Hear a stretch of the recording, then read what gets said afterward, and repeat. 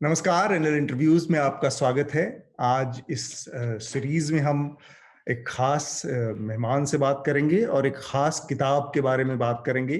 उस किताब का नाम है Republic of Hindutva, how the संघ इज रीशेपिंग इंडियन डेमोक्रेसी। ये किताब है और इसके लेखक हैं प्रोफेसर बद्री नारायण। बहुत सारे लोग आप में से जानते होंगे प्रोफेसर बद्री नारायण के बारे में। आप जीबी पंत सामाजिक विज्ञान संस्थान है इलाहाबाद में, वहाँ पर निदेशक हैं। इलाहाबाद कहना ठीक रहेगा सर, क्योंकि किताब आरएसएस बिल्कुल प्रयागराज भी कह सकते हैं। दोनों ही कह सकते हैं। ठीक बात। ये जो किताब है असल में एक बहुत विराट ऑर्गेनाइजेशन के बारे में बात करती है। तो अक्सर होता क्या है कि इस तरह की किताबों के बारे में बहुत सारी चीजें आती हैं, कुछ चीजें छूट जाती हैं। तो बतौर पत्रकार जो हम लोगों की ट्रेनिंग है कि कमियों की तरफ हमारा ध्यान ज्यादा रहता है, अच्छाइयों की तरफ कम। अच्छाइयां तो हम अच्छाइयां भी कहिए, थोड़ा अच्छाइयां भी कह दीजिए। तो उस लिहाज से इसमें संघ के बारे में जानने के लिए और मौजूदा दौर में, जो कि इस किताब की जो टैगलाइन ही है कि वो पूरी डेमोक्रेसी को एक रीशेप कर रहे हैं, फिर से उसको नया आकार दे रहे हैं, नए तरीके से परिभाषित कर रही है आरएसएस। तो उस लिहाज से ये बहुत महत्वपूर्ण किताब है। ज्यादातर किताबों के बारे में मेरा ये कहना होता है कि थोड़ा बहुत हम बता सकते हैं, थोड़ा बहुत चीजें आप और भी तरीकों से जान सकते हैं, लेकिन सबसे बेहतर तरीका है कि आप उस किताब को खुद पढ़ें और फिर उसके बारे में कोई निष्कर्ष निकालें। तो ये किताब उस लिहाज से बहुत महत्वपूर्ण है। मेरी अपनी कुछ चीजें हैं जो मैंने एक नजरिया बनाया इस किताब को लेकर। उसके बारे में एक चीज मैं ये कहना चाह रहा हूं कि ये जो किताब है ये एक भारी भरकम शरीर की बात करती है, लेकिन जो मैंने पाया, मुझे ऐसा लगा कि उसमें से वो जो आत्मा है इस शरीर की, उसके बारे में कम बात मिलती है, कम जानकारी मिलती है। ये किताब परिधि पर खड़े होकर और उस बहुत ताकतवर संगठन की ताकत का अंदाजा तो आपको देती है, लेकिन ये उसके केंद्र में जो गुरुत्वाकर्षण है, जो आकर्षण है, जो सेंटर ऑफ ग्रेविटी है, उसमें घुस के वहां क्या चल रहा है उसके बारे में शायद आपको बहुत कम बता पाती है। इसी तरह की तमाम चीजें हैं। ये पूरी डेमोक्रेसी जो हमारी है, पूरा देश का जो लोकतंत्र है, इसको रीशेप करने की बात करती है। लेकिन उस जो संगठन इसको रीशेप कर रहा है, उसके अंदर जो परंपरा है, जिसको वहां की भाषा में कहते हैं एक चालुकानुवर्ती परंपरा, जहां पर चीजें वन वे ट्रैफिक है, एक तरफ से ऊपर से नीचे की तरफ सिर्फ आती हैं, उसके बारे में थोड़ा सा हमें कम बता पाती है कि वो जो परंपरा है, क्या वो डेमोक्रेसी को रीशेप तो कर रही है, लेकिन वो खुद कितनी डेमोक्रेटिक तरीके से अपने अंदर की फंक्शनिंग को अंजाम देती है। इन तमाम चीजों को समझने के लिए, जानने के लिए बहुत जरूरी है कि इस किताब को पढ़ें और बहुत सारी चीजों को पढ़ा जाए। तो एक महत्वपूर्ण कदम हमारे समय के एक टिप्पणीकार हैं आप, प्रोफेसर बद्री नारायण, उन्होंने प्रयास किया है। और भी बहुत सारी इस तरह की किताबें हैं जो इस संगठन को समझने और उसका एक दरवाजा खोलने की कोशिश करती हैं कि वहां पर चीजें किस तरह से चल रही हैं। तो मैं जो शुरुआती मेरा सवाल आपसे है सर, वो ये है कि जब आप इतने किसी विशाल संगठन की बात करते हैं, इतने बड़े उसमें उसके लंबा एक कार्यकाल है, करीब करीब 100 साल पूरे होने जा रहे हैं उसके, तो यहां तक जो पहुंचने की उसकी यात्रा है, उसमें कई सारे चरण हैं। 3 ऐसे मुख्तलिफ मतलब मौके आए जब इसको प्रतिबंधित भी कर दिया गया गांधी जी की हत्या के वक्त में, राम मंदिर के आंदोलन के दौरान, बाबरी मस्जिद के विध्वंस के समय और आपातकाल के टाइम। इसके बावजूद ये संगठन अपने को लगातार फिर से रीच खड़ा करता रहा और फिर से, और आज उस स्थिति में है कि इसके सारे कार्यकर्ता, सारे स्वयंसेवक आज देश के सारे महत्वपूर्ण पदों पर बैठे हुए हैं। तो इस ताकत का अगर हमें थोड़ा सा आप समझा पाए विस्तार में, इस किताब में जिन चीजों के जरिए जिक्र आपने किया, आपने अपने कामकाज के दौरान जो पाया, कि कैसे ये बार बार अपने को रिकलेक्ट करने में सफल हुआ, वो ताकत कैसे मिली?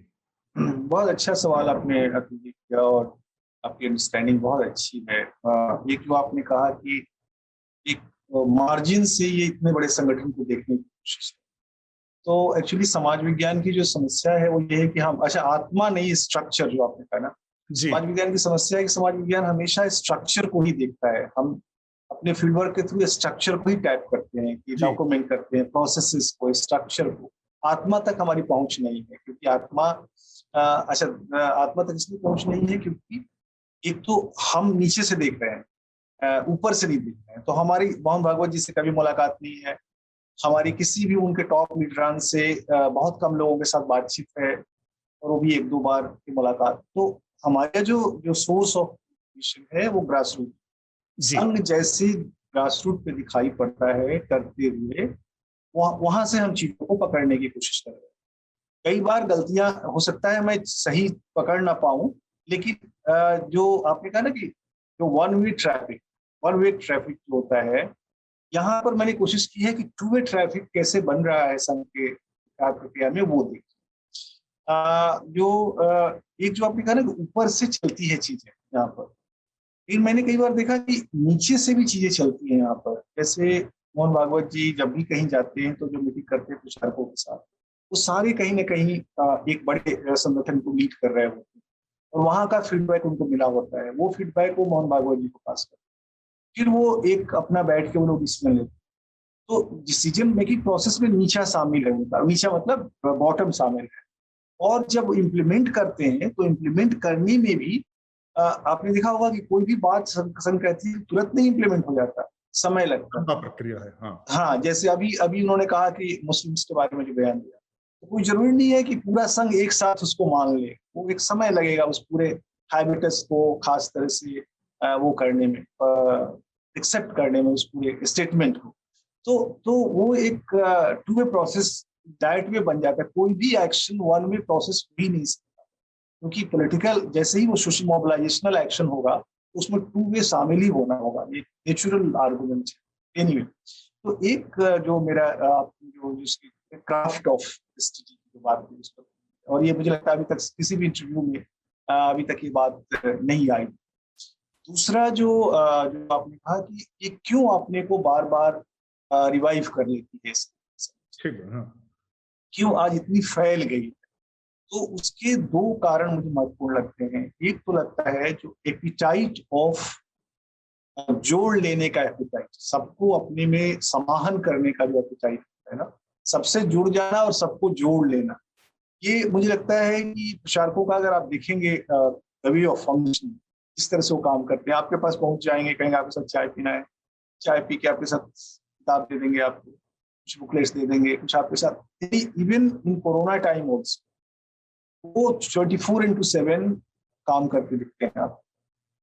तो एक तो ये है कि अच्छा, दूसरा क्या है कि अपोजिट्स, जिसको मैं कहता हूँ कि अच्छा, ये जो एपेटाइट है ये कैसे आता है? ये एपेटाइट दो तरह से बनता है।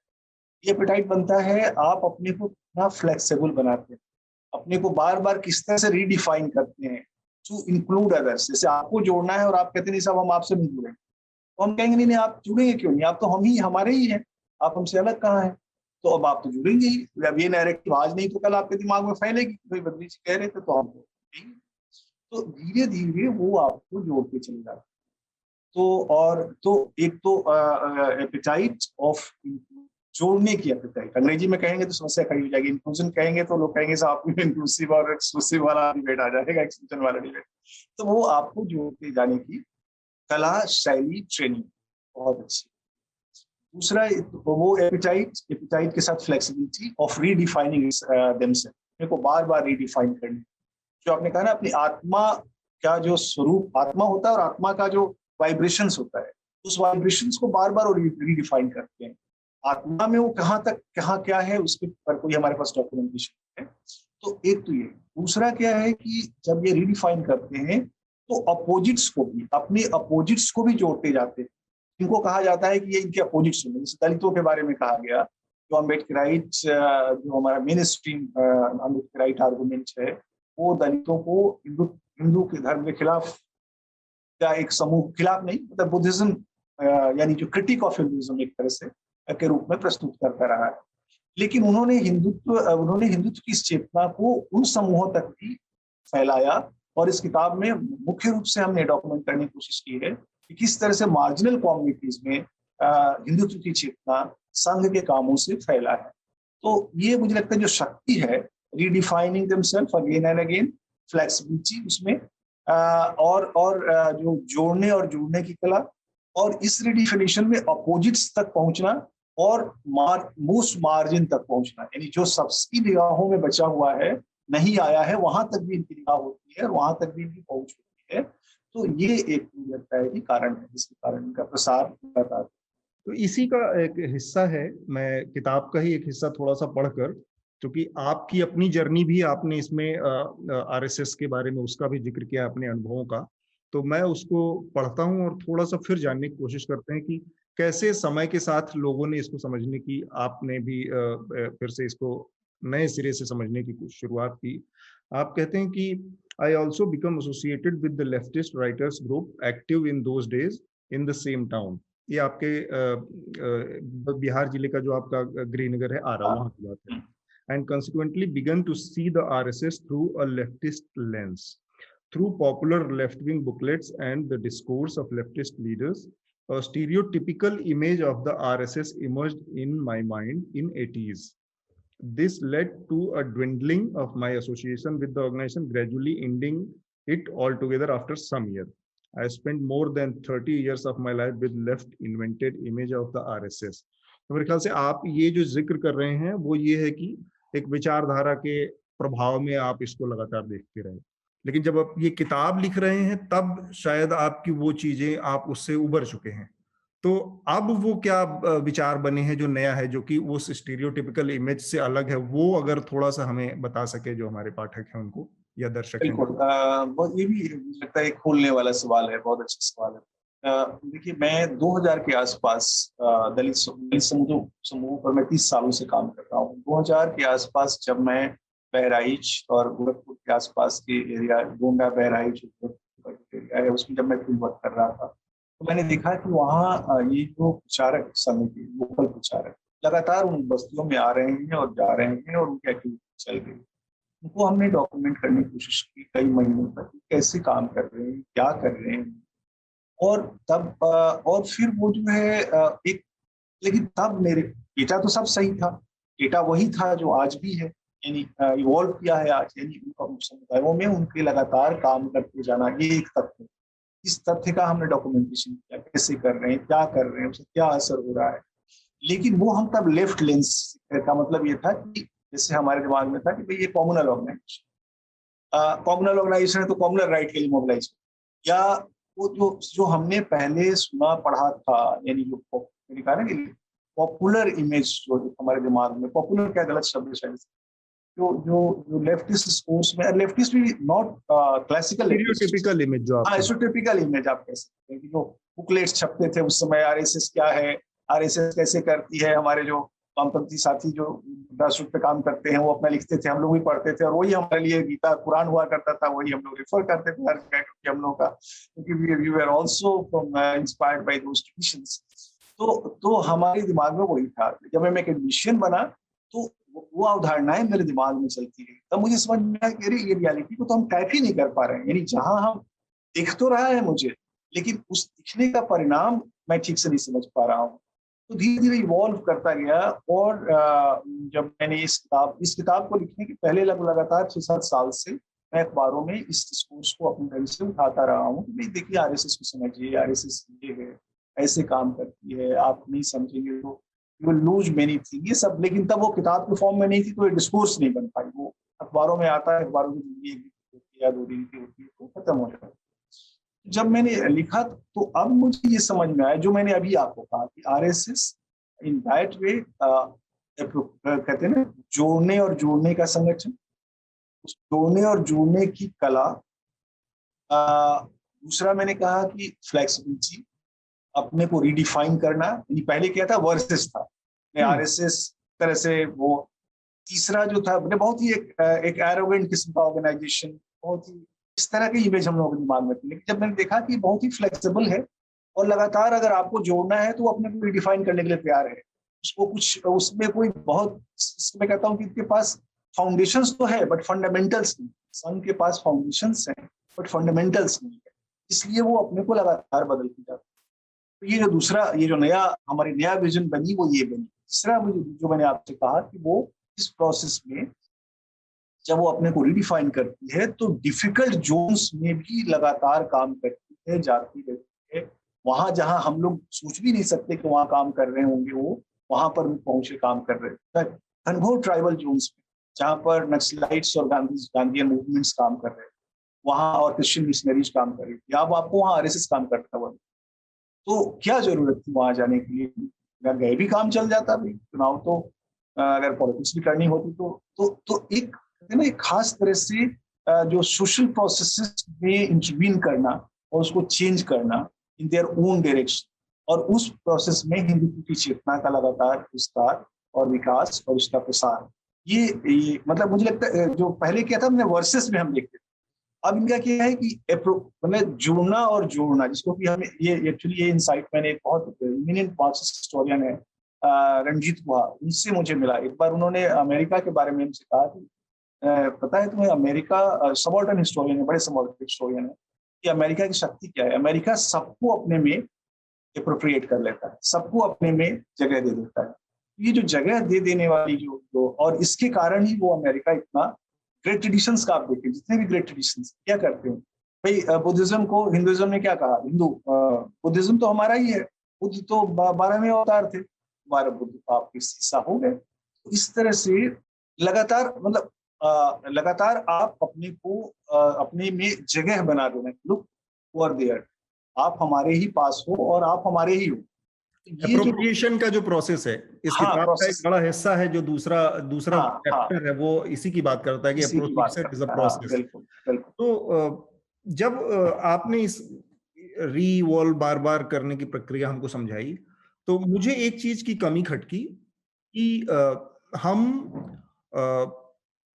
उनके तरीकों को तो देख पा रहे हैं, इस किताब के जरिए आपने हमको बहुत अच्छे से समझाया कि कैसे वो खुद को बार बार इवॉल्व कर रहे हैं और तरीकों को, लेकिन उस समय की जो राजनीतिक परिस्थितियां थी और जो अंतर्द्वंद थे आरएसएस के, मैं उसको कहूं कि थोड़ा सा ज्यादा मतलब एक स्टेप आगे जाके कहूं तो जो अपॉर्चुनिज्म है उन चीजों के बारे में थोड़ा कम जानकारी मिलती है। मसलन 47 आजादी के बाद से जो 1975 तक का समय है, उस पूरे दौर में हम नहीं पाते कि आरएसएस कोई बड़ी ताकत बना, कोई बड़ी रीच उसकी हुई, क्योंकि गांधी जी की हत्या के बाद जो हालात पैदा हुए उसने कुछ ऐसी उसके छींटे इनके ऊपर भी पड़े और उसकी वजह से इनका जो भी था लोगों को।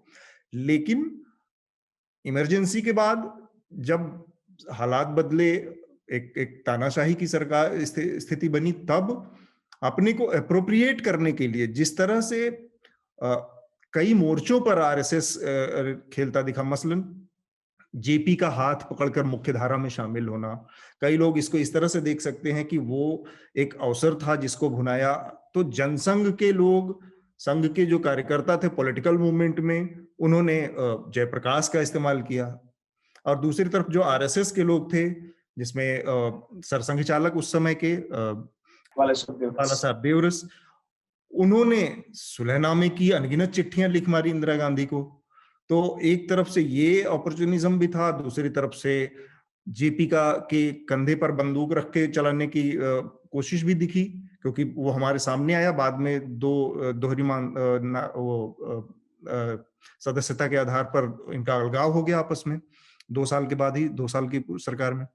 तो ये इन जो राजनीतिक परिस्थितियां हैं उनको बिना समझे केवल अडेप्टेबिलिटी को उसकी वजह एक समझना, थोड़ा सा मुझे लगता है कि पूरा कॉन्टेक्स्ट आपको नहीं देता। आप लोगों को आरएसएस के इस पूरी प्रक्रिया में उस अपॉर्चुनिज्म, उस मौके को, मैं अपॉर्चुनिज्म में नहीं कहूं, आप कहिए कि मौके का इस्तेमाल, आप कहिए कि सर्वाइवल की जो उनकी अपनी एक जीविका है उसका भी बहुत ज्यादा योगदान है। ये एकदम आपने सही किया, ये जो अपॉर्चुनिज्म शब्द से मुक्त करके उस व्याख्या को, क्योंकि उससे फिर क्या होगा कि एक लिमिटेशन खड़ा हो जाएगा।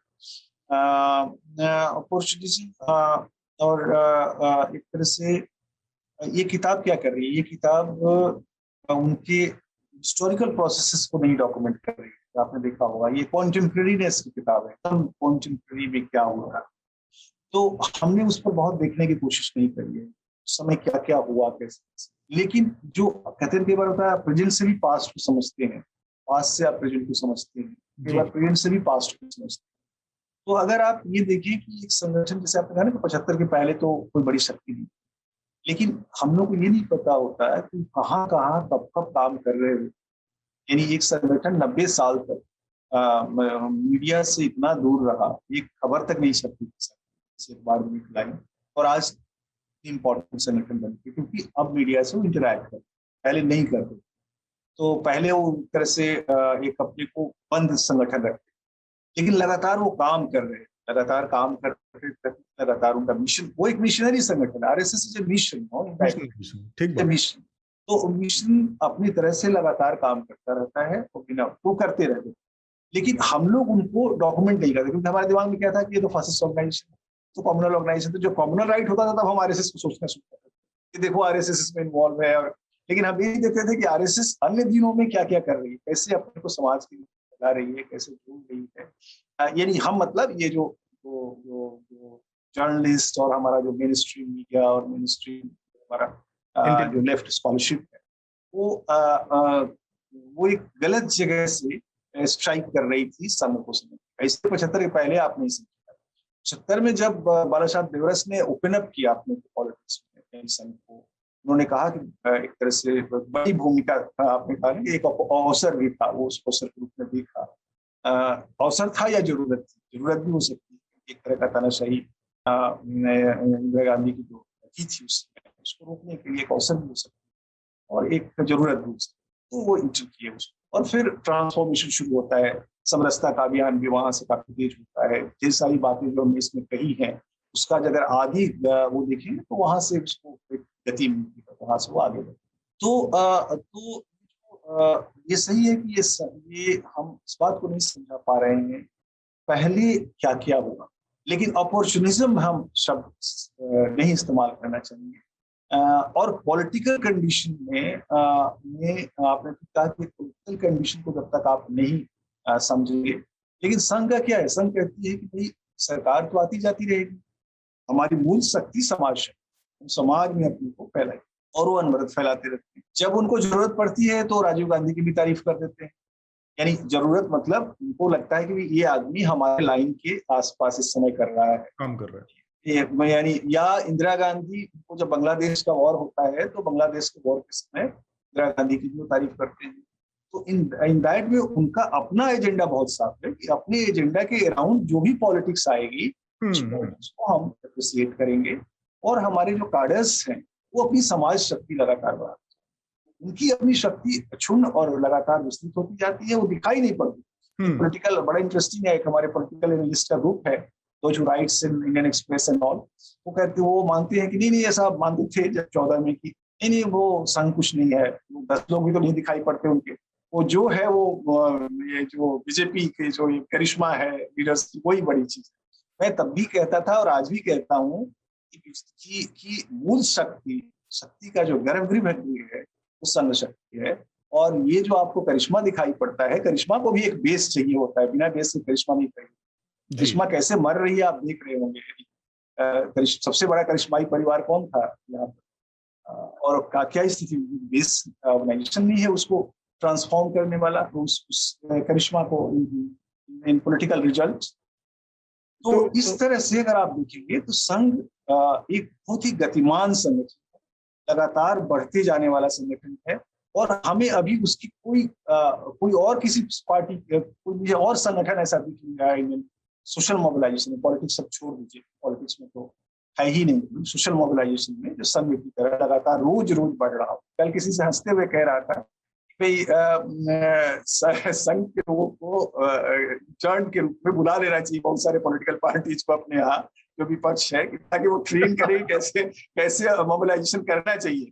तो ये एक हद तक ये सही भी बात है कि आज की तारीख में भारतीय जनता पार्टी राजनीतिक पूरे फलक में भारतीय जनता पार्टी बाकी दलों से कई कदम आगे इसलिए ही खड़ी है, पीछे संघ का एक बहुत बड़ा स्ट्रक्चर है, एक ऑर्गेनाइजेशन है जो कार्डर तैयार करता है। बाकी लोग अच्छा, वो बड़ा इंटरेस्टिंग है, वो इतना अनडिफाइंड है, आप उसको कोई कह सकता है कि भाई ये तो वो तो स्ट्रेटजी है, बट उनका प्रोसेस है वो ऐसा बहुत, जैसे आप समझिए सीमा क्षेत्रों के लिए, जो हमारे बॉर्डर लैंड्स, उसके लिए एक संगठन उनका सीमा जागरण मंच, जो राजस्थान से लेके बांग्लादेश वाले सीमा सब पे काम करता है। अब आप कल्पना करिए कि सीमा जागरण मंच जैसा संगठन किसी ने सोचा होगा? तो मैं हंसते हुए कहता हूँ कि जैसे पत्ता संगठन, अगर आपको पत्ता संगठन बनाना है या धूल संगठन बनाना है, संघ का एक कार्य प्रचारक खड़ा हो जाएगा और धूलों को मिलाकर भी एक संगठन बना देगा। और they are so trained in making organisation, बहुत सारे अलग अलग हजारों ऑर्गेनाइजेशन बड़े, and they are all working well, कोई भी डिसफंक्शनल नहीं है, क्योंकि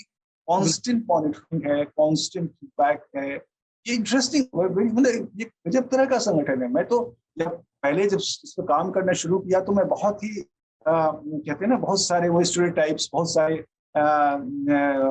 इस तरह के से शुरू किया था, लेकिन मैंने जब देखना शुरू किया तो I was amazed to see. Sir मुझे यहाँ पर एक चीज और बड़ी दिलचस्प है, चूंकि आपने बहुत ज्यादातर काम उत्तर प्रदेश में किया और वहाँ की जो एप्रोप्रिएशन वाले पार्ट में आपने बहुत अच्छे से उसको डिफाइन भी किया है कि कैसे जो अलग अलग जातियां थी, दलित जातियों में, ओबीसी जातियों में, पिछड़ी जातियों में, उनके साथ, उनके आइकॉन्स के साथ छोटे छोटे स्तर पर, छोटे छोटे इलाकों में काम किया गया। तो मैं इस चीज को थोड़ा दूसरे तरीके से समझना चाह रहा हूँ कि उत्तर प्रदेश में मंडल के बाद, आप कहें 90 के बाद से राजनीतिक चेतना दलितों और पिछड़ी जातियों के अंदर बहुत तेजी से बढ़ी थी और उनकी आवाज को, उनकी उस चेतना को आवाज देने के लिए दो बड़ी पावरफुल पार्टियां उत्तर प्रदेश में रही और अगले कमोबेश 30 सालों तक, या नहीं कहें तो 25 सालों तक इनका राज भी रहा। अल्टरनेट तरीके से ये सत्ता में आती रही समाजवादी पार्टी, बहुजन समाज पार्टी, जो इन्हीं दलितों और पिछड़ी पार्टियों के लिए की राजनीति करती थी। बावजूद इसके ऐसा क्या बदला, कहां पर ये पार्टियां चूक गई, क्यों ऐसा हुआ कि आज वो काडर, वो उनका जो समर्थक था दलित, चाहे बीएसपी के लिए हो, चाहे पिछड़ा वर्ग की तमाम जातियां सपा के साथ जो थी, उन सब ने उनको अबेंडन कर दिया बड़ी संख्या में, पूरी तरह से तो नहीं कहेंगे लेकिन बड़ी संख्या में अबेंडन कर दिया उनको। किस तरह से बीजेपी और आरएसएस अपने साथ खड़ा कर पाने में सफल हुई? कहां से वो अल्योरमेंट, वो ताकत जो है वो कहां से मिली? क्योंकि एक जवाब हो सकता है सिर्फ कि सबको हिंदुत्व बहुत अच्छा लगने लगा, लेकिन केवल इतने से शायद इतनी बड़ी चीज नहीं बदलती है।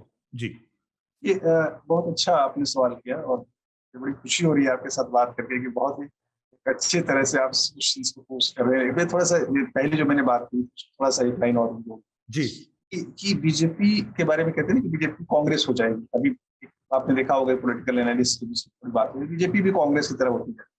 मेरा यहाँ भी मानना है कि नहीं, बीजेपी कांग्रेस कभी नहीं होगी। कांग्रेस इन नेगेटिव सेंस जैसा लोग आजकल यूज करते हैं, कांग्रेस नहीं होगी, इसलिए कि कांग्रेस में, बीजेपी में संघ का वो है, वो सिस्टम बनाने में बड़ी भूमिका है। वो कभी भी एक कहते हैं ना पॉलिटिक्स ऑफ मोरल, जो भी मोरल उसका अपना है, यानी एक एजेंडा जिसको हम अपने चलता हूँ शब्द में, राजनीति व्याख्या के शब्दों में एजेंडा कहते हैं, बट वो एक कहते हैं moral ecosystem of the politics भी वहां पर लगातार काम करते हैं। वो उसका आपको परिणाम नहीं दिखाई पड़ेगा। मान लीजिए कोई करप्ट लीडर, वो हो सकता है आपको लगे कि अभी निकाला नहीं जा रहा है, लेकिन 2 साल बाद वो ऐसे निकाला जाता है, लेकिन ऐसे फेंका जाता है कुछ धूल में जाकर के। संघ लगातार उन चीजों पर अपनी राय, क्योंकि उसको उसका एक विजन, उसका गोल बड़ा है। उसका गोल ये नहीं है कि 5 साल सरकार चल जाए, 4 जगह ये हो जाए वो हो जाए, वो एक बड़े गोल के साथ काम करते हैं। जो दूसरा आपका सवाल था कि क्या हुआ, कि ये बड़ा इंटरेस्टिंग है। लेकिन 90 में 2 आंदोलन शुरू हुए, एक बहुजन मूवमेंट और एक राम जन्मभूमि जी। और बहुजन मूवमेंट में काशीराम ने बहुत अच्छी तरह से, बहुत क्रिएटिव ढंग से जो दलित पॉलिटिक्स को, बहुजन की पॉलिटिक्स को शक्तिवान बनाया। और उन्होंने बहुत सारे हीरोज को इन्वेंट किए, पास्ट हिस्ट्रीज खोजे, आइकॉन्स ढूंढे। दलितों के पास आइकॉन्स नहीं थे उस समय, बहुजन मूवमेंट के पास उन्होंने सबको इन्वेंट किया, ढूंढा, नया अर्थ दिया। फिर उसको इसमें पूरा हमने डिटेल लिखा है, ना केवल इस किताब में, हमने नॉर्थ इंडिया में पहली किताब है उसमें बहुत विस्तारित रूप से इसको मैंने बहुजन मूवमेंट ने कैसे दलित अस्मिता का निर्माण किया और कैसे उसको पॉलिटिकाइज किया, उस पर किताब। उसी समय राम जन्मभूमि मूवमेंट चला और आपने देखा होगा राम जन्मभूमि में दलित को मार्जिनल्स का शिरकत एक खास तरह से बढ़ना शुरू हुआ था। तो आपने कहा हिंदुत्व का एस्पिरेशन वहां से जगना शुरू हुआ। उस हिंदुत्व के एस्पिरेशन को क्या किया, जिसको मैं कहता हूँ 3 तरह से रिस्पॉन्ड किया। एक क्या, ठीक है एक तो धारा चली गई है, दूसरा क्या है कि उनको डिग्निटी देना, respect to their dignity, sorry respect to their dignity. And कैसे आप डिग्निटी देंगे, रिस्पेक्ट देंगे? उनके हीरोज को महत्व देके। सुहेलदेव, आज सुहेलदेव पर ट्रेन चल रहा है, और 2000 में जब मैं काम कर रहा था तब बीजेपी, तब आरएसएस बहराइच में और उसके आसपास के जोन्स में सुहेलदेव की मेमोरीज को लेकर के काम कर। परिणाम आपको 14 में दिखाई पड़ा और उसके बाद दिखाई पड़ा, तो आप देखिए कितना लॉन्ग वो है, रूट है। तो सुहेलदेव, बालदेव पासी, दालदेव पासी, ये सारे जो दलित आइकॉन्स जो कांशीराम ने ढूंढे, कांशीराम ने उनको अर्थ दिए, वो उन आइकॉन्स को संघ मूवमेंट में, जो राम जन्मभूमि मूवमेंट में, राम जन्मभूमि मूवमेंट से जो संघ ऑर्गेनाइजेशन ने अपने साथ और हाँ, और सिंबल्स, कल्चरल सिंबल्स पर जो जिस तरह से जो मोबिलाइजेशन के लिए उसके साथ काम करने की जो क्षमता संघ के लोगों के पास है, वो शायद ही किसी के पास हो। तो एक तरह से उन्होंने दूसरा उन्होंने क्या किया कि डेमोक्रेटिक रिसोर्सेज का डिस्ट्रीब्यूशन उनके बीच पहुंचे, इसके लिए रिप्रेजेंटेशन उसका दूसरा माध्यम है। आप संघ की काडर्स को देखिए, प्रचारकों का, वो अपनी जाति नहीं बता, लेकिन अगर आप काम करेंगे फील्ड में तो आपको पता चल जाएगा ये पासी जाति के हैं, ये जाति के हैं, ये धोबी जाति के हैं, या इस जाति के हैं। तो ढेर सारे उनके रैंक, उनके दलित और मार्जिनल कम्युनिटी से आपको आज दिखाई पड़ेंगे। तो जो बहुजन मूवमेंट के आइकॉन्स थे उनको, और जो जो जो जो इन्वेंशन ऑफ हिस्ट्री था, उसको एक तरह से जो संघ मूवमेंट ने अपनी तरह से अपने में समाहित कर लिया। और वो एक लंबी प्रक्रिया है, कैसे किया, क्या किया, ये किताब उस पर चर्चा करती है, और करके उन्होंने उनको जोड़ दिया। तो स्पेस उनके लिए बन गया। मोस्ट मार्जिनल, हम कहते हैं मार्जिनल दलितों, उत्तर प्रदेश में लगभग 66 दलित जाति। इसमें अगर किसी से कोई पूछिए कि कितनी दलित जातियों का नाम आप जानते हैं, तो 4-5 से ज्यादा का कोई नहीं जानता है। बिल्कुल। तो लगभग 60 जातियां इनविजिबल हैं, इनको मोस्ट मार्जिनल कहते हैं। छोटी छोटी परसेंटेज है, इन सब मिला के वो 7-8% की जाती है, 10% के आसपास। संघ ने वहां अपने काम का विस्तार किया उनके बीच, क्योंकि उनको भी जरूरत थी और संघ को भी उनकी जरूरत थी। और हिंदुत्व का एस्पिरेशन लगातार बढ़ ही रहा था। हिंदुत्व का एस्पिरेशन तो एक हिंदू होना और हिंदूनेस के प्रति आग्रह, हिंदुत्व, वो लगातार संघ अपने कामों में के माध्यम से उनको, हमारे प्रार्थना कर रहे हैं। प्रार्थना आप करेंगे तो प्रार्थना करेंगे, वो पूरी जीवन शैली आपके उसमें आ जाएगी। तो हिंदूनेस इन दैट वे, वो आपको इस करके, ठीक बात। तो दोनों ही तरफ से, यानी एजेंसी, यानी दलित खुद, दलितों में एक हिंदू की चेतना बढ़ रही है, लेकिन वो शुरू में ही ऐसी थी ऐसा नहीं कह सकते, लेकिन वो चेतना नहीं, वो चेतना जिसको हम कहते हैं हिंदुत्व कॉमन सेंस, आज इन्होंने हिंदुत्व कॉमन सेंस का विकास कर लिया सर। तो इस लिहाज से ये जो समाजवादी पार्टी या बहुजन समाज पार्टी थी, जो इन्हीं दलों, इन्हीं जातियों की राजनीति करती थी, वो अपने को इवॉल्व कर पाने, नए तरीके खोज पाने, नई आवाज दे पाने में पूरी तरह से असफल रही। नई भाषा, क्योंकि कम्युनिटी लगातार चेंज हो रही है, उसकी जरूरतें बदल रही हैं। एक उसमें आपको एग्जाम्पल दे दूं, जब हम लोग इंदौर बुंदेलखंड में काम कर रहे थे, तो बुंदेलखंड में बहुत सारी छोटी छोटी दलित जातियां हैं, कबूतरा है, नट है, अंग्रेज है, बहुत सारी। अब में जिक्र भी है उनका, हाँ जिक्र भी है। और बहुत सारी जंगलों से होकर आई हुई आदिवासी जातियां हैं, ट्राइबल जातियां हैं, जो आज एससी में आ गई हैं, उनकी बस्तियां हैं। जब हम लोग उसमें जाते थे, तो वो जब वो आए जंगल से, तो अपने साथ अपना डीटी भी लेकर के आए, और उस डीटी को उन्होंने पेड़ के नीचे, पीपल के पेड़ के नीचे बैठा दिया, उस पर धगी पत्ती बांध दी और पूजा करते। तो उनमें एक बड़ी एस्पिरेशन है कि इनका एक मंदिर बन जाए, मतलब religion as a empowering agency, religion as a providing element to provide dignity बन जाए। लेकिन ये हमारी सेकुलर पॉलिटिक्स तो समझेगी नहीं, वो कहेंगे धर्म में हम क्या करने जाए, प्राइवेट चीज। लेकिन संघ के कार्डर्स उसको रिस्पॉन्ड करते हैं, उनकी चाह पे। तो क्या करते हैं, आसपास चंदा करेंगे, चंदा करके उनको देंगे, वो मंदिर, छोटे ही मंदिर बने। अब यहाँ पर जयपुरा में, जहाँ नरेंद्र मोदी ने इस गाँव को एडप्ट किया है, वहां पर जाएंगे तो मुसहरों की एक बस्ती उन्होंने बनाई है, अटल नगर नाम से। वहां पर सबरी की एक टेम्पल बनाई है, और मुसहर्स कहते हैं इस एरिया के कि 50 कोस में हम लोगों के कोई मंदिर नहीं था, पहली बार हमारी डीपी को मंदिर मिला है। तो ये जो कहते हैं ना, रिलीजन के थ्रू, यानी डेमोक्रेसी को डिस्ट्रीब्यूट करने का सिर्फ वेल्फेयरिज्म ही नहीं है, वेल्फेयरिज्म पैसा बांटना या चावल बांटना, रिलीजियस रिसोर्सेज का डिस्ट्रीब्यूशन, ये भी एक जरूरी चीज थी जो संघ ने अपने उसमें। संघ ने उसको बहुत मतलब सफलता से किया ऐसा दिख रहा है, लेकिन ये दूसरी पार्टियां नहीं करती थी या नहीं किया उन्होंने, उसकी भी एक शायद बड़ी वजह है क्योंकि उन्होंने जिस कॉन्स्टिट्यूशनल दायरे में या जिस सेकुलरिज्म के दायरे में अपनी राजनीति की, वो उनकी अपनी मजबूरी थी, वो उस तरह से खुलेआम नहीं कर सकती थी शायद। लेकिन चुनावी नफे नुकसान के नजरिए से इन चीजों को कैलकुलेट करने में शायद असफल रही। इसमें कई विरोधाभास पैदा होते हैं फिर। तो मेरा अगला सवाल यह है कि इन विरोधाभासों से तारतम्य तालमेल कैसे, जैसे एक पर्टिकुलर मतलब आरएसएस द्रोणाचार्य को भी बढ़ावा देता है और एकलव्य को भी बढ़ावा देता है। एकलव्य दलितों के बीच में जाएंगे और ब्राह्मण उसके उन बौद्धिक ब्राह्मण उस जाति के बीच में बैठाए जाएंगे, स्थापित किए जाएंगे। तो ये जो अलग अलग ऑडियंस में रिस्पेक्टिव आइकॉन्स को पंप करना है, ये जो विरोधाभास है। या फिर हम अंबेडकर को ही देखें, जिस तरह से अंबेडकर को आज अप्रोप्रिएट करने की, आत्मसात करने के अलग अलग प्रयास बड़े पैमाने पर आरएसएस और बीजेपी कर रही है या कर चुकी है ऑलमोस्ट, उसमें भी देखें तो अंबेडकर के जो विचार हैं वो कितने हिंदू विरोधी हैं एक समय पे, कि उनके तो खुलेआम विचार थे कि मैंने जन्म भले लिया है लेकिन मैं मरूंगा हिंदू के रूप में नहीं मरूंगा। तो और इस चीज का उन्होंने मान भी रखा अपने उसमें, इसके बावजूद उससे अप्रोप्रिएट किया जा रहा है। तो इन विरोधाभासों से जो तालमेल बिठाने की पूरी सफलता है आरएसएस की, मैं उसको क्योंकि आरएसएस अपने मूल में कभी जाति को खत्म करने की उस तरह से कोई आंदोलन नहीं चलाता। आरएसएस से जब जाति की बात की जाती है तो वो कहता है कि हमारे यहाँ किसी को जाति का इस्तेमाल करने की इजाजत ही नहीं, हमें पता ही नहीं कि हमारे बगल वाले प्रचारक की क्या जाति है, दाहिने वाले क्या। लेकिन समग्र रूप से वहां पर इसका जिक्र नहीं होता, लेकिन इंडिविजुअल रूप में, इंडिविजुअल व्यक्तिशः हर आदमी प्रैक्टिस करता है अपनी अपनी जाति को। तो उस स्तर पे जाके आरएसएस ने कभी ऐसा नहीं कहा कि आप लोग अपनी जातियों को प्रैक्टिस मत कीजिए। ये आंदोलन आरएसएस कभी नहीं चलाता। ये मेरा सवाल है कि ये जो विरोधाभास हैं, इससे कैसे तालमेल बिठाता, क्योंकि विरोधाभासों के बाद अल्टीमेटली आप एक डेड एंड पे पहुंच जाते जहां पर आपके पास तर्क नहीं बचते। लेकिन आरएसएस इन विरोधाभासों को भी बार बार फादने में, उसको पार करने में सफल रहा है।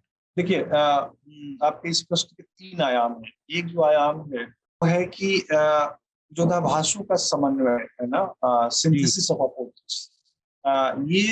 ये बहुत बड़ी शक्ति है संघ, और ये कॉन्ट्रडिक्शंस को रिजॉल्व करना, सोशल कॉन्ट्रडिक्शंस, और वही संगठन एक बड़ा वो वित खड़ा करता है जो इस तरह के कॉन्ट्रडिक्शंस को रिजॉल्व करता है। तो अपोजिट्स को सिंथेसाइजिंग अपोजिट्स, उसकी स्ट्रेटजी क्या होती है? उसकी स्ट्रेटजी होती है not for only RSS, for कोई भी, अगर आप भी करेंगे तो शायद आपको कि जो जैसे मान लीजिए हम किसी कम्युनिटी में अपनी एक कथा को सुना रहे हैं या एक प्रतीक की चर्चा कर रहे हैं, तो निषाद में कर रहे हैं, तो वहां हम एकलव्य की चर्चा करेंगे, निषाद राज गुहे की चर्चा करेंगे। लेकिन वहां पे हम द्रोणाचार्य की चर्चा उस तरह से नहीं करेंगे, द्रोणाचार्य और कहेंगे कि द्रोणाचार्य उनके, लेकिन हम उसमें जो एकलव्य वाला एलिमेंट, एकलव्य वाले एलिमेंट को 2 तरह से कहा जाता है। एक तरह समाजवादी पार्टी कहती थी, फिर देखिए एक के साथ या बीएसपी कहती थी, इनके साथ अपमान हुआ, इनका काट लिया गया, ये किया गया, वो किया गया, ये। एक होता है कि आप उस कॉन्ट्रडिक्शंस को थोड़ा सा डाइल्यूट कर दो। हाँ, एकलव्य उनके शिष्य थे, एकलव्य ने वो किया, लेकिन एकलव्य हमारे महापुरुष है। तो ये कहानी, पास्ट की स्टोरी नैरेटिव को थोड़ा सा आप डाइल्यूट करके, लक्ष्य कहाँ है? एकलव्य हमारे महापुरुष, हम उनकी पूजा करते, हमें उनकी मंदिर बनानी, हमें उनको, तो अब उस पास्ट के नैरेटिव से निकल के कम्युनिटी प्रेजेंट के जो उसको दिखता है ना, सब्सटैंशियल जो रिलीजियस रिफ्लेक्शंस है, वहां तक आ जाती है। जो वहां तक आ जाती है तो उसका परिणाम उसको मिलता है। तो वो समाजवादी पार्टी ने इसका भी फायदा लिया, सारे पार्टियों ने इस का इस्तेमाल किया और उनको उसका फायदा भी मिला। लेकिन जब संघ इन प्रतीकों का इस्तेमाल करता है तो अच्छा, उनके जो, मैं कहता हूँ कि जो उनके सिद्ध प्रचारक हैं, जो बड़े प्रचारक हैं, जो आर वेल ट्रेन्ड, वही कॉन्ट्रडिक्शंस को मैनेज कर पाते हैं।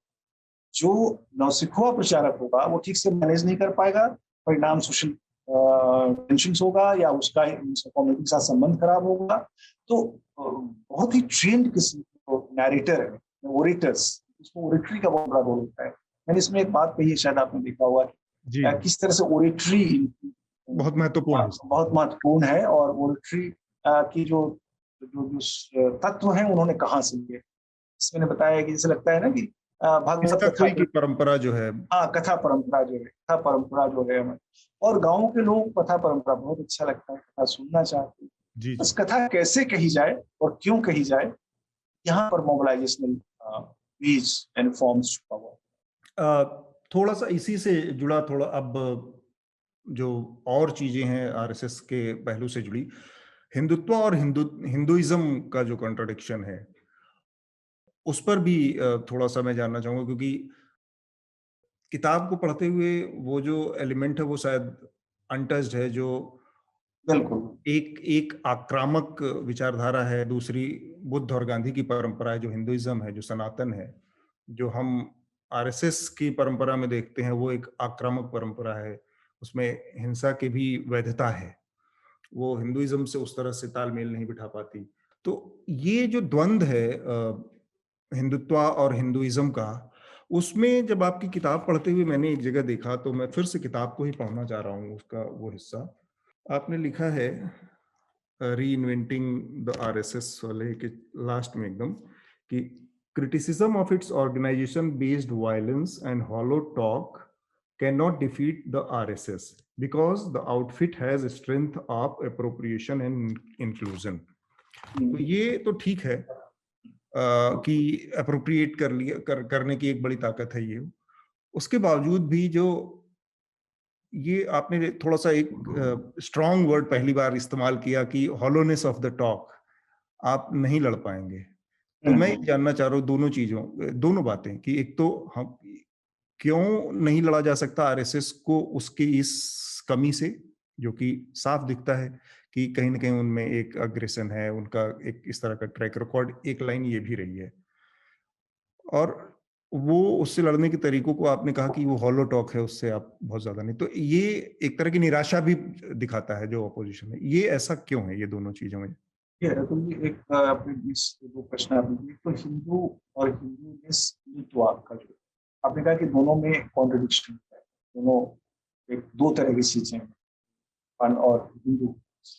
हिंदुत्व शब्द तो पैर सावरकर से जोड़ते हैं। एक हम लोग तो आउटसाइडर हैं और हमारे समझने की कोशिश कर रहे हैं, लेकिन एक इनसाइडर है इनके, सुनील आम्बेकर। सुनील आम्बेकर उन्होंने आरएसएस पर एक किताब लिखी। वो बहुत ही अच्छी किताब है इस सेंस में कि अंदर से कोई वो बातें कह रहा है। तो उसमें वो बताते हैं कि हिंदुत्व शब्द पहली बार बंगाल में, मैं याद नहीं है, उसमें उन्होंने डेट भी बताई है, पश्चिम बंग साहित्य परिषद के उसमें किसी साहित्यकार ने बंगला के इस्तेमाल किया, नाम भी दिया हुआ चंद्रनाथ बसु शायद नाम, उन्होंने इस्तेमाल किया था। और उन्होंने इस्तेमाल किया था इस सेंस में, तो एक तरह से सावरकर के साथ जोड़ दिया जाता है लेकिन उसके बहुत पहले उन्होंने हिंदुत्व शब्द का इस्तेमाल किया।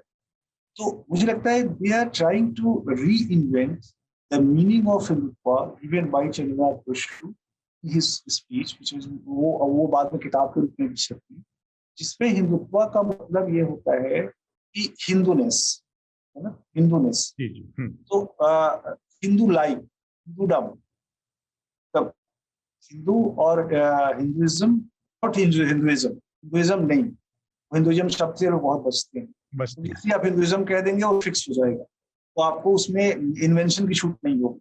और संघ हमेशा इन्वेंट करते रहना चाहता है। तो ये बड़ा इंटरेस्टिंग है कि हम लोग सोचते हैं कि हिंदू और हिंदुत्व अपोजिट है, लेकिन वो देखिए कैसे रिश्ता बन जाता है। हिंदुत्व क्या है? हिंदू जैसा होना है, हिंदू के भाव का होना है, यही हिंदुत्व है। तो अब उसका जो आपने कहा ना इम्प्लीकेशन में एग्रेसिवनेस जो हिंदुत्व मूवमेंट का फ्रिंज एलिमेंट है, उसका लक्षण। आप किसी भी प्रचारक से बात करिए, सीजन प्रचारक से, बड़े प्रचारक से या जिला लेवल का, वो आपको इतना खुली बात करेगा, इतना शांति से बात, कभी मैंने उसमें एग्रेशन नहीं देखा, आपके आर्गुमेंट को भी बहुत अच्छे से रिस्पॉन्ड करेगा। आप असहमत हैं तो आपके सहमति को भी स्वीकार करेगा, भाई ठीक है चाय तो पीजिए, इतनी तो सहमति हमारे आपके बीच है कि साथ चाय पीजिए, अमरूद खाइए, फिर आप चले जाइएगा।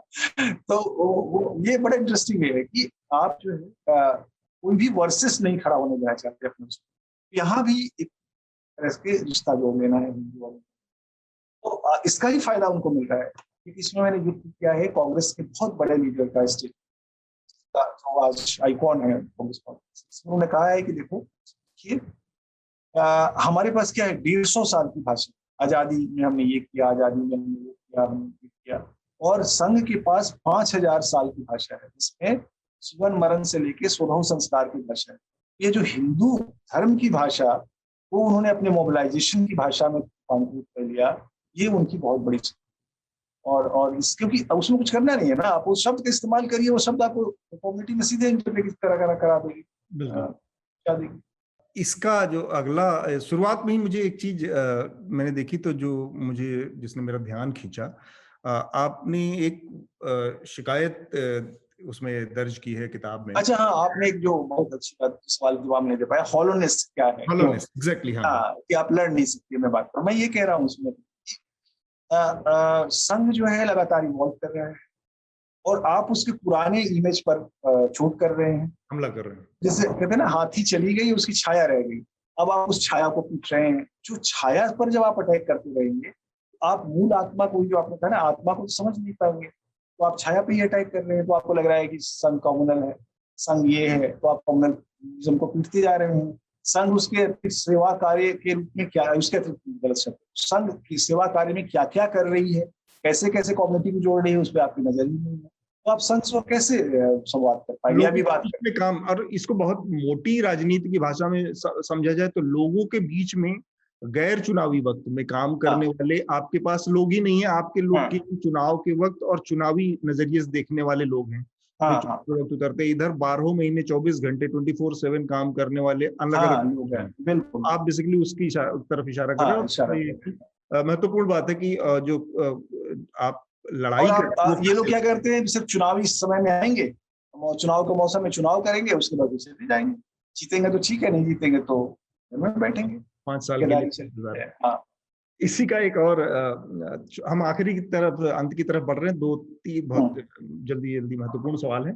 किताब की शुरुआत में आपने एक बहुत महत्वपूर्ण बात कही है कि भारत में आरएसएस को समझने की बहुत अच्छे से कोशिशें नहीं हुई है। कुछ जो ऑथेंटिक चीजें हैं वो कुछ विदेशी लेखकों ने की हैं आरएसएस के ऊपर, लेकिन मेरा इससे थोड़ी नाइत्तेफाकी है, क्योंकि मेरा ये मानना है कि शमशुल इस्लाम साहब की किताब है आरएसएस के ऊपर, एजी नूरानी की किताब है आरएसएस के ऊपर, और राव साहब कस्बे की किताब है जो इनसाइड ट्रैक आपको देती है। तो आरएसएस के ऊपर ऐसा नहीं कि लोगों ने काम नहीं किया। इसके अलावा हाल के दिनों में, लेकिन इसको बहुत ऑथेंटिक सोर्स नहीं मान सकते, क्योंकि ये ज्यादातर किताबें जो अब आई हैं 2014 के बाद, वो एक दूसरे इन्फ्लुएंस में लिखी गई हैं, जब एक आरएसएस बीजेपी की हेजेमनी का दौर है तब लिखी गई। मैं इन किताबों की बात नहीं कर रहा हूँ, लेकिन शमशुल साहब की किताब है Indian freedom movement and RSS, A G Noorani साहब की जो किताब है द आरएसएस, या फिर राव साहब कस्बे की किताब है डीकोडिंग आरएसएस, ये किताबें हैं जो महत्वपूर्ण नजरिया देती हैं हमें। तो उसके बावजूद आप जैसा एंथ्रोपोलॉजिस्ट और इतिहासकार को ऐसी ये एहसास या ये बात क्यों लगी कि हिंदुस्तानियों ने काम नहीं किया है, केवल कुछ विदेशियों का ही काम है आरएसएस के ऊपर?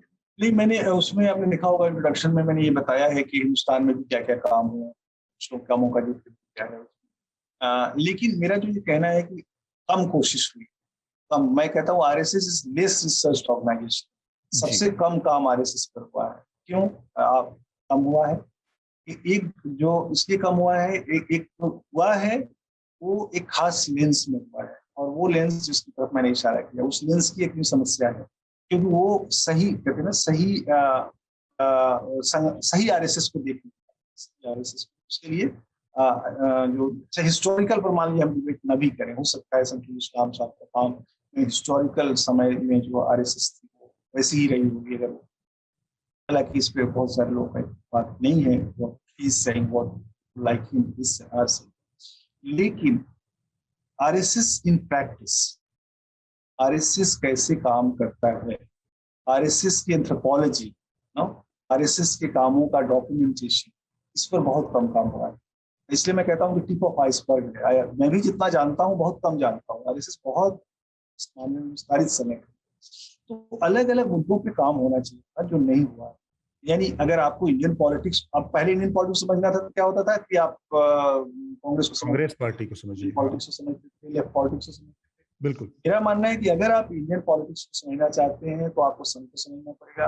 अगर आपको इंडियन सोसाइटी के नए चेंजेस को समझना है, इन हिंदुत्व का चेंज है, एक नया चेंज है, हिंदुत्व कॉन्शियसनेस का, जिसको मैं कहता हूँ हिंदुत्व कॉमन सेंस का विकास, या हिंदुत्व का सोशल भाव में पहुंच जाना, हिंदुत्व की एक नया सोशल चेंज है हमारे, तो आपको इस तरह के स्टडीज करने पड़ेंगे। और इस तरह के स्टडीज बहुत कम है, पॉलिटिकल एथनोग्राफी बहुत कम हुए हैं, क्योंकि जो संघ की तरफ से लोग लिखते हैं वो पॉलिटिक्स से बचना चाहते हैं, पॉलिटिकल रियलिटी को समझते हैं, वो एक्सेप्ट नहीं करते। जो दूसरे तरफ के लोग कहते हैं वो, उनका ये होता है कि नहीं नहीं, संघ तो यही है, संघ तो वही है, एक तात्विक रूप से संघ कर देते हैं। बट संघ इन प्रैक्टिस, इस पर कम काम हुआ है, और इस पर काम की जरूरत है। मेरा आर्गुमेंट ये था, और मुझे लगता है इस काम में मैंने अपनी तरह से शुरुआत करी है, इसका आगे बहुत सारे इसमें काम होने। ठीक बात। एक आखिरी सवाल है बस, इसके बाद हम इस इंटरव्यू के आखिरी चरण में पहुंच गए हैं। अक्सर ये होता है कि किताबों को लिखने की, एक तो बहुत सीधा सवाल अगर मैं आपसे पूछूं, कहीं कहीं मुझे एहसास हुआ कि जैसे उसकी कार्यप्रणाली से, उसकी शैली से, उसकी विराटता से, आरएसएस की, कहीं कहीं आप खुद भी थोड़ा अभिभूत से हो गए हैं।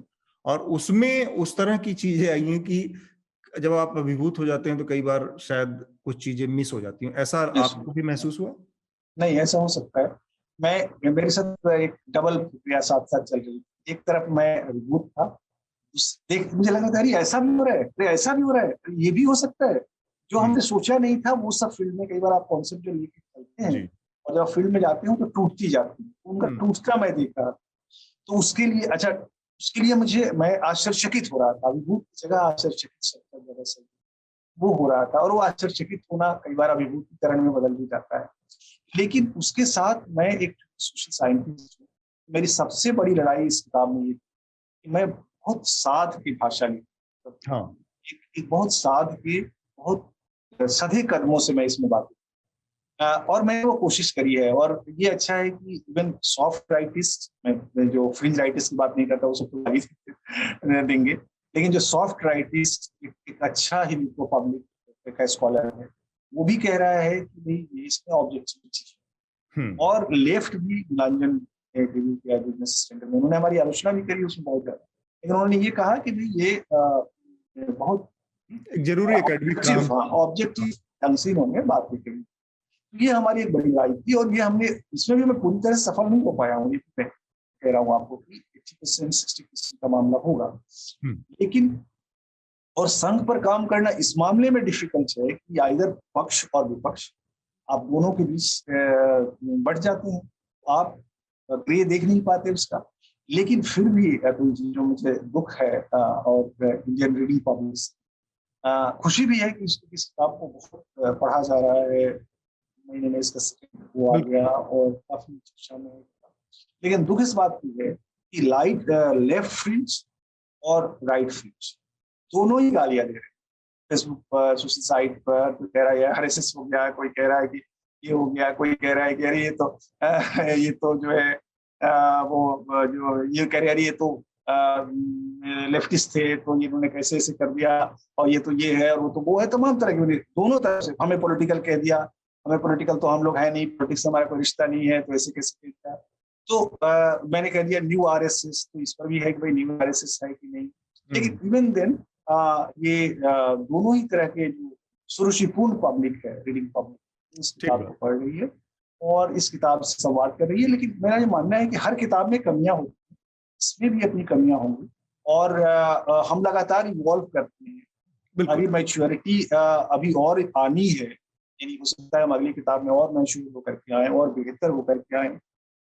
तो वो सारा इसमें दिक्कतें हैं, और उन दिक्कतों के लिए अगर कहीं गलती है तो क्षमा प्रार्थी मैं हूँ। लेकिन यह है कि हमारी कोशिश है कि हम एक ऑब्जेक्टिव ढंग से इस सोशल प्रोसेस को समझें, और इस सोशल प्रोसेस में संघ के इंटरवेंशन से क्या चेंजेस हो रहे हैं, इन चेंजेस को समझ के अपने एकेडमिक, अच्छा देखिए ये बड़ा कॉस्ट पे करना है, क्योंकि हम अपने एक इमेज से मुक्ति ले रहे हैं। हाँ, यानी एक जो हमारी जो दूसरी तरफ की इमेज में हमें जगह नहीं है, क्योंकि वो एक अलग तरह की इमेज है। तो अब ऐसे में क्या होता है, आप लूज बहुत करते हैं, लेकिन एज ए स्कॉलर यही हमारा काम होता है, हम जो देखें और महसूस करें उसको करें, नहीं तो वी विल लूज। आखिर जिंदगी में हम अगर रिसर्च ही नहीं करेंगे तो फिर हम बने किस लिए? तो और रिसर्च में नई बात नहीं लाएंगे तो हम अपने को रिपीट करेंगे। यानी हम जो फैसिनेटिंग हिंदुत्व जो मेरे 2002 में किताब थी, वही बात अगर रिपब्लिक ऑफ हिंदुत्व में तो हम अपने को रिपीट करें, तो हम अपने को लगातार मैच, और ये स्ट्रगल स्कॉलर की लगातार चलती रहती है। तो आखिरी सवाल बस मैं, कि कई बार क्या हम हमेशा अक्सर सुनते रहते हैं कि किसी किताब की रचना की प्रक्रिया में आप लेखक जितना लोगों को बताता है उतना ही करीब करीब लोग उसके बारे में भी जानते हैं उस किताब के माध्यम से। तो मेरा ये सवाल है कि इस किताब की प्रक्रिया में आपने खुद को कितना खोजा, खुद को कितना परखा है, खुद को कितना इवॉल्व किया है? बहुत अच्छा भी सवाल करते हैं भैया। देखिए, मैंने एक तो जो इवॉल्व किया वो आपको मैंने बताया। मैं एक लेंस से मुक्ति शब्द कहना गलत है, क्योंकि इसमें ग्रामशियन इन्फ्लुएंस बहुत है इस किताब में। आप देखिए एप्रोप्रिएशन है, सारा जो प्रोसेस है, ग्रामशियन फ्रेम में लिखी गई किताब है, इन वन वे, नॉट खास अर्थ में हमने उनके कुछ पैराडाइम्स का इस्तेमाल भी किया है। तो लेकिन हमारी कोशिश है कि हम एक अपने विजन को वाइडन करें, और विजन में कोई आइडियोलॉजी के लिए जो शब्द बना है, आइडोला से बना है। आइडोला पर्दा होता है, यानी आइडियोलॉजी आपके पर्दे के रूप में काम करती है, आपको देखने से मुक्ति, तो उससे मुक्ति हो मेरी। और मैं सोशल रियलिटी के साथ सीधा मेरा संवाद और संबंध, मेरे 30 साल के रिसर्च में हर बार आप देखते हैं मैं लगातार उनके साथ बहुत गहरा संवाद करता हूँ, ये बना रहे। और दूसरा मैंने ये देखा कि कहना बहुत कठिन है, यानी ऐसा कहना जो दूसरों को हर्ट नहीं करे, जो आपने कहा ना कि वो हर्ट कर सकता है। ये डर हमेशा इस किताब को लिखने में मेरे साथ रहा है कि कोई डरे किसी को हर्ट न करे। लेकिन फिर भी मुझे पता था कि एक मैं ऐसी बात कहने जा रहा हूँ जो हैबिचुअल हैबिट्स को तोड़ गई। पाठकों का एक हैबिचुअल हैबिट होता है, अगर वो देखेंगे कि भाई अतुल जी को सुनना है तो अतुल जी को ऐसे ही सुन सकते हैं, क्योंकि यही बात करते हैं, या बद्री जी को पढ़ना है तो बद्री जी तो ऐसी ही बात करते रहे हैं, आज ये अलग बात क्यों कह रहे हैं? तो ये एक्सेप्ट करना हमारे लीडर को बहुत मुश्किल होता है। बहुत सारे लीडर आपको गालियां देते हैं, आपसे नाराज होते हैं, आपसे अलग हो जाते हैं, आपको पढ़ना बंद कर देते हैं, नए रीडर आपके साथ जुड़ जाते हैं। तो ये एक यात्रा है। मैंने इस किताब में यही समझा कि अभी हमको बहुत मैच्योर होना है, और हमको इस सामाजिक रियलिटी को समझने के लिए अपने उसको बार बार चेंज करते रहना है, अपने विजन को लगातार वाइडन करते रहना है। अदरवाइज एक जड़ हो जाएंगे हम, और जड़ होकर के अपनी बातें कहेंगे तो मुझे लगता है कि काफी विस्तार से और बहुत खुले तरीके से सारी बातें आपने रखी। मैं एक बार फिर से जो हमारे दर्शक इस इंटरव्यू के माध्यम से जुड़ेंगे उनके लिए कहना चाहूंगा, ये किताब सिर्फ आरएसएस के लोगों के लिए या आरएसएस को जानने समझने में दिलचस्पी लेने वाले लोगों के लिए नहीं है। ये किताब इस लिहाज से बहुत महत्वपूर्ण किताब है कि जो लोग आरएसएस से लोकतांत्रिक तरीके से कॉम्पीट कर रहे हैं, स्पर्धा कर रहे हैं, उन लोगों की क्या कमियां हैं, वो लोग कहाँ पीछे छूट गए हैं, वो चीजें इसमें आपको दिखेंगी। तो ये उनके लिए बहुत ज्यादा महत्वपूर्ण है, बजाय इसके कि अगर आप केवल इसका नाम और इसका रंग देखकर ये सोचते कि ये आरएसएस के लोगों को पढ़नी चाहिए। तो ये एक इसका दूसरा डायमेंशन है हमारी राजनीति। और जो प्रोफेसर बद्री नारायण ने कहा भी कि छाया को मत पीटिए, तो छाया से को क्यों पीट रहे हैं? क्योंकि आप बहुत सारी चीजों को अभी भी एक्सेप्ट नहीं कर पा रहे हैं, उस रियलिटी को शायद नहीं समझ पा रहे, या समझ रहे हैं, आपके पास साधन नहीं है, विचार नहीं है, आइडियाज नहीं है उससे निपटने के। तो ये सारी चीजें हैं जिसके लिए ये किताब पढ़ी जानी चाहिए। बहुत महत्वपूर्ण हमारे समय की किताब है और बहुत महत्वपूर्ण हमारे समय के लेखक हैं। हम लोगों ने काशीराम के ऊपर भी जीवनी पढ़ी आपकी, वो भी एक महत्वपूर्ण किताब है राजनीति के ऊपर हमारे वर्तमान समय की। हमसे बातचीत करने के लिए प्रोफेसर बद्री नारायण, आपका बहुत बहुत शुक्रिया। धन्यवाद, धन्यवाद, बहुत अच्छा लगा। मीडिया से आपकी सबसे बड़ी शिकायत क्या है? यही ना कि वो आपकी बात नहीं करता, आपकी खबरें नहीं दिखाता। इसका इलाज ये है कि मीडिया में आप इन्वेस्ट करें ताकि मीडिया आपकी बात करे। सब्सक्रिप्शन आधारित मीडिया इसका जवाब है। hindi.newslaundry.com पर जाएं, न्यूज़ लॉन्ड्री को सब्सक्राइब करें।